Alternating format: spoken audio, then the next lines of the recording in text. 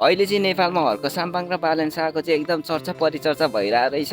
अनि बालेन शाहको प्रेमिका चाहिँ हर्क साम्पाङ भनिँदो रहेछ। अनि खासमा भन्नुपर्दा चाहिँ म यो विषयलाई के भन्न चाहन्छु भने बालेन शाह चाहिँ अलिकति राजनीति नबुझेको हो कि के हो कुनै मलाई त्यो त राम्रोसँग थाहा भएन। किनभने बालेन शाह चाहिँ कसरी मेयर भयो भन्ने कुरा चाहिँ अब एकचोटि उसलाई नेपालले सबै नेपाली जनताहरूले युवा चाहियो, युवा नेता चाहियो, युवा नेता चाहियो भनिरहेको बेला चाहिँ त्यही बेलामा चाहिँ ऊ उठेको थियो। अलिकति पपुलारिटी पनि थियो होइन। उसलाई राजनीतिको बारेमा चाहिँ केही थाहै छैन जस्तो लाग्दैछ। म्युजिकल क्षेत्रमा ऱ्याप हान्थ्यो उसले सबैभन्दा सुरुमा, अनि खुद आफै इन्जिनियर पनि थियो।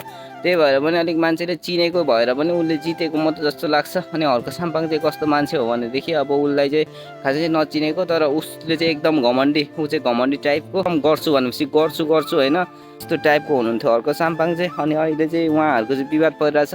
जेनजी आन्दोलनपछि उहाँहरूको भड्किएको सम्बन्ध चाहिँ अब फेरि पनि बालेन शाहले जोड्नु खोज्नु भएको छ। अब खै के हुन्छ हेरौँ, थाहा छैन। तर हर्क साम्पाङ पनि घमण्डी छ, एकदम जिद्दी छ। किनभने उसलाई समर्थन चाहिएको बेला उहाँले हर्क साम्पाङलाई समर्थन गर्नु भएन। सो म चाहिँ यसमा चाहिँ के भन्छ, दुईजना मिलेर अगाडि बढ्नुपर्छ, त्यही हो। त्यही भन्न चाहन्छु, अरू त के भन्न चाहन्छु र। तर हर्क साम्पाङ पनि जिद्दी त जिद्दी हुनुहुन्छ होइन, बालेन शाह जस्तो हुनुहुन्न। बालेन शाहले चाहिँ अब के गर्नु खोज्नु भएको हो त्यो त थाहा भएन। तर मलाई चाहिँ जहाँसम्म लाग्छ उहाँलाई चाहिँ खासै त्यत्रो देश ह्यान्डओभर गर्न सक्दिनँ, चलाउनु सक्दिनँ जस्तो फिल हुन्छ के हो जस्तो लाग्छ बालेन शाहलाई। अनि केटाकेटी खेले जस्तो गर्नुहुन्छ हर्क साम्पाङलाई।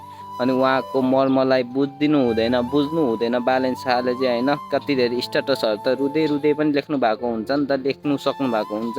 तर बालेन शाहले त्यस्तो कुराहरूलाई नबुझिदिनु भएको। अनि मान्छेले पनि कति धेरै मजाक उडाइराख्नु भएको छ अहिले सामाजिक सञ्जालमा। पहिले आशिका दिदीलाई मजाक उडाउनु भयो, ट्रोल बनाउनु भयो, तर अहिले सबैले आशिका दिदीलाई सबैलाई मान्नुहुन्छ। त्यस्तै हर्क साम्पाङलाई अहिले जतिजनाले मजाक उडाइराख्नु भएको छ, एक दिन तपाईँहरूले पनि मान्नु हुनेछ भन्न चाहन्छु। त्यही हो गाइज, ओके बाई बाई।